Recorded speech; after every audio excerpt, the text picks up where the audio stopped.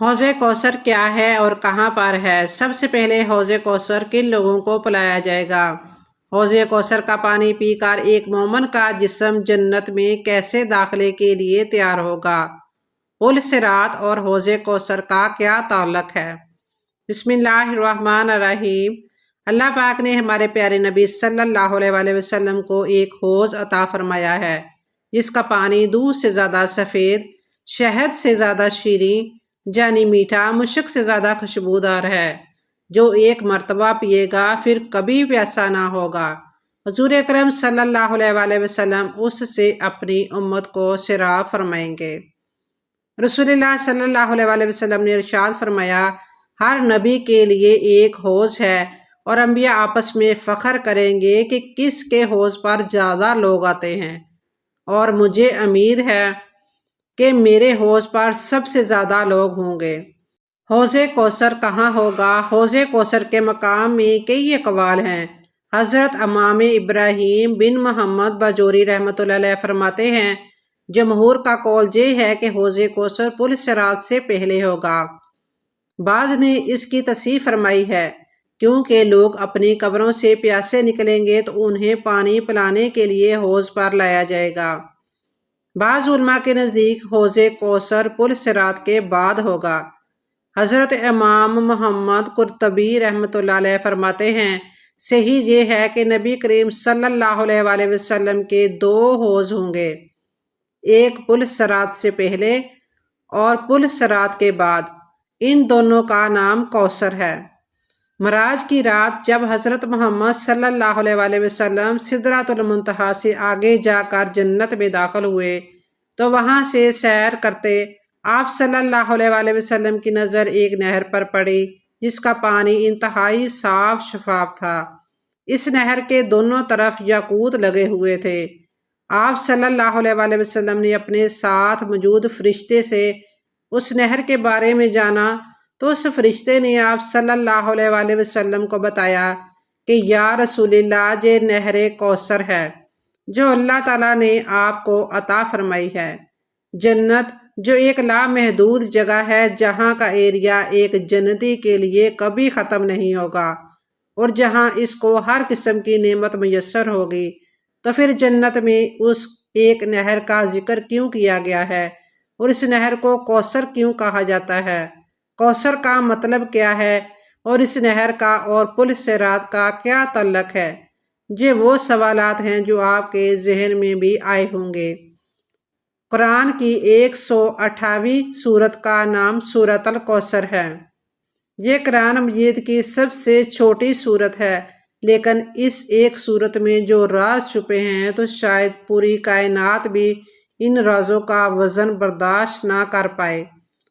حضرت ابو عبیدہ رضی اللہ تعالیٰ عنہ کا بیان ہے کہ میں نے حضرت عائشہ صدیقہ رضی اللہ تعالیٰ عنہ سے سورہ کوثر کے بارے میں پوچھا تو انہوں نے فرمایا، کوثر ایک نہر ہے جو حضور صلی اللہ علیہ وآلہ وسلم کو عطا کی جائے گی۔ اس کے دونوں کناروں پر کھولدار موتی ہوں گے اور نہر کے جام آسمان کے ستاروں کی تعداد کے برابر ہوں گے۔ شیعہ عقیدے کے مطابق کوثر حضرت فاطمہ کا نام ہے، جبکہ کچھ لوگوں کا ماننا ہے کہ کوثر سے مراد کثرت ہے، جبکہ ایک عقیدے کے مطابق کوثر جنت میں پانی کی ایک نہر ہے، اور یہ عقیدہ درست ہے کیونکہ احادیث مبارکہ میں کوثر کی تعریف میں اسے ایک نہر کہا گیا ہے جو جنت میں بہہ رہی ہے، اور اسے کوثر کہنے کی وجہ وہ کثرت ہے جو اس نہر کے پانی کے ساتھ مل جاتا ہے۔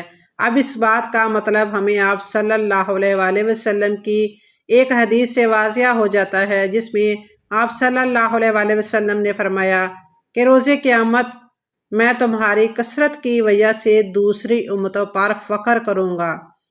اس رکن اور کوثر کے مطلب کو واضح سمجھنے کے لیے ہمیں اس وقت میں جھانکنا ہوگا جب یہ دنیا ابھی بنی نہیں تھی۔ یہ وہ وقت تھا جب اس دنیا میں حضرت آدم علیہ السلام سے لے کر اس دنیا کے آخری انسان کی روح سے اللہ عہد لے رہا تھا۔ یہ وہ وقت تھا جب ان تمام ارواح میں اللہ نے انبیاء کی روحوں کو الگ کر دیا اور ان انبیاء کو منصبیں دینا شروع کر دیا۔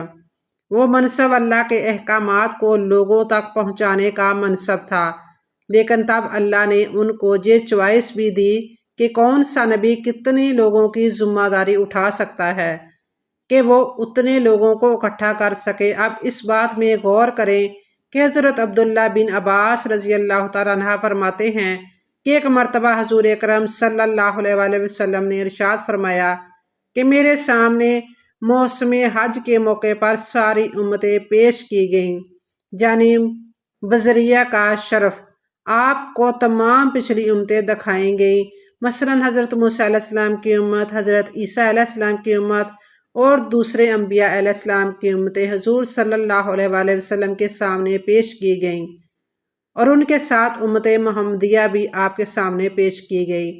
آپ صلی اللہ علیہ وآلہ وسلم نے فرمایا تو مجھے اپنی امت کی تعداد جو کہ بہت بڑی تھی اس کو دیکھ کر میرا دل بہت خوش ہوا، اس لیے کہ دوسرے انبیاء کی امتوں کی تعداد اتنی زیادہ نہیں تھی جتنی رسول اللہ صلی اللہ علیہ وآلہ وسلم کی امت کی تعداد تھی۔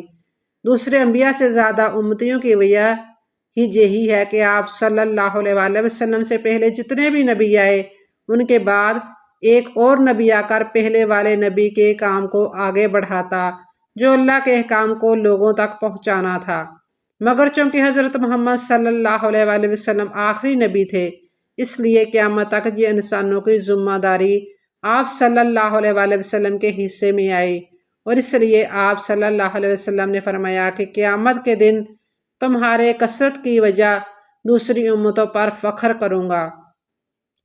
اب حوض کوثر اور اس کثرت کا مطلب بھی یہی ہے کہ پل صراط سے گزر کر جو امتی آگے بڑھیں گے تو وہاں آپ صلی اللہ علیہ وآلہ وسلم ان کو حوض کوثر سے پانی پلا کر ان کے جسم کو صاف کر دیں گے، اور یہ اس لیے ہوگا کیونکہ حوض کوثر سے آگے آخری جو مرحلہ ہوگا وہ جنت میں داخلے کا مرحلہ ہوگا، اور کوثر کے نہر کا پانی پی کر ہی اس امتی کا جسم جنت میں داخلے کے لیے تیار ہو جائے گا، کیونکہ کوثر کے پانی کے پیے بغیر اس امتی کا جسم جنت میں داخلے کے لیے تیار نہیں ہوگا اور اس کا جسم جنت میں داخلے کو برداشت نہیں کر سکے گا۔ یعنی اس کا مطلب یہ ہوا کہ وہ پانی صرف پیاس بجھانے کے لیے ہی نہیں ہوگا بلکہ ایک انسان کے پورے جسم کو صاف کرنے والا پانی ہوگا۔ جیسے کہ حضرت آدم علیہ السلام کو جب اللہ نے ایک خاص درخت کے پاس جانے سے منع فرمایا لیکن شیطان کے بہکاوے میں آ کر آپ علیہ السلام نے اس درخت کا پھل کھا لیا۔ اب اس پھل کے کھانے سے آپ علیہ السلام اور بی بی حوا کی اور تھی، لیکن جیسے ہی انہوں نے وہ پھل کھا لیا تو اس پھل میں موجود طاقت کی وجہ سے ان کے جسم میں تبدیلی آنا شروع ہوئی، اور اگلے ہی لمحے انہوں نے اچانک اپنے جسموں کو پتوں سے ڈھانپنا شروع کر دیا۔ تو اس کا مطلب یہ ہے کہ جیسے ہی انہوں نے وہ پھل کھایا تو ان کے جسم میں وہ عمل شروع ہو گیا جس سے ان کے جسموں میں تبدیلی محسوس ہونا شروع ہوئی۔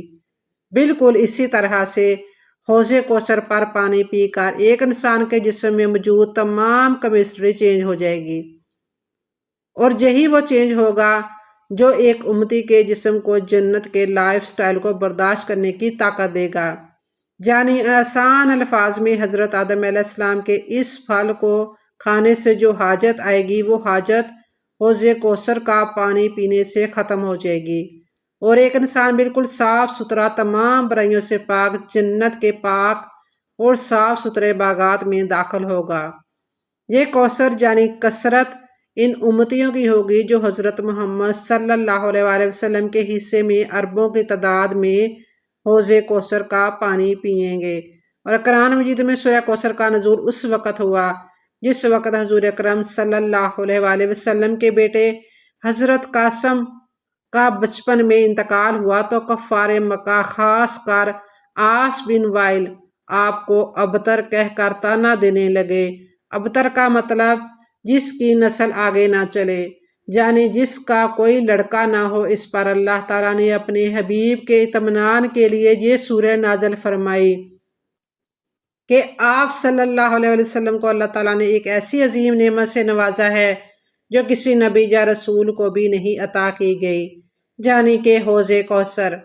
آپ کا نام لینے والے اور آپ کے دین پر عمل کرنے والے بے شمار لوگ ہوں گے۔ ابتر تو تمہارا دشمن ہے جس کا نام لینے والا بھی کوئی نہیں ہوگا۔ چنانچہ ایسا ہی ہوا کہ آپ صلی اللہ علیہ وآلہ وسلم کی قیمتی زندگی کا ایک ایک لمحہ کتابوں میں محفوظ ہے، اور آپ صلی اللہ علیہ وآلہ وسلم کی ایک سنت آج تک زندہ ہے۔ آپ کا نام لینے والے اور آپ کی سنتوں پر مر مٹنے والے بے شمار لوگ دنیا میں موجود ہیں، اور تانا دینے والوں کو کوئی جانتا بھی نہیں۔ رسول اللہ صلی اللہ علیہ وآلہ وسلم نے فرمایا، سب سے پہلے میرے پاس حوض کوثر پر آنے والے میرے اہل بیت ہیں، اور میری امت میں سے میرے چاہنے والے۔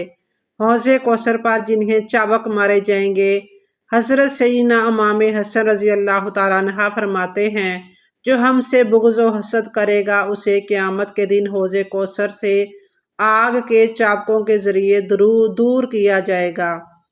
حضرت انس رضی اللہ تعالیٰ عنہ سے روایت ہے کہ میں نے حضور صلی اللہ علیہ وآلہ وسلم سے عرض کیا کہ قیامت کے روز آپ میری سفارش فرمائیں گے؟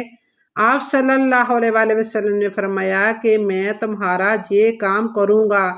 میں نے عرض کیا تو قیامت کے روز میں آپ کو کہاں تلاش کروں گا؟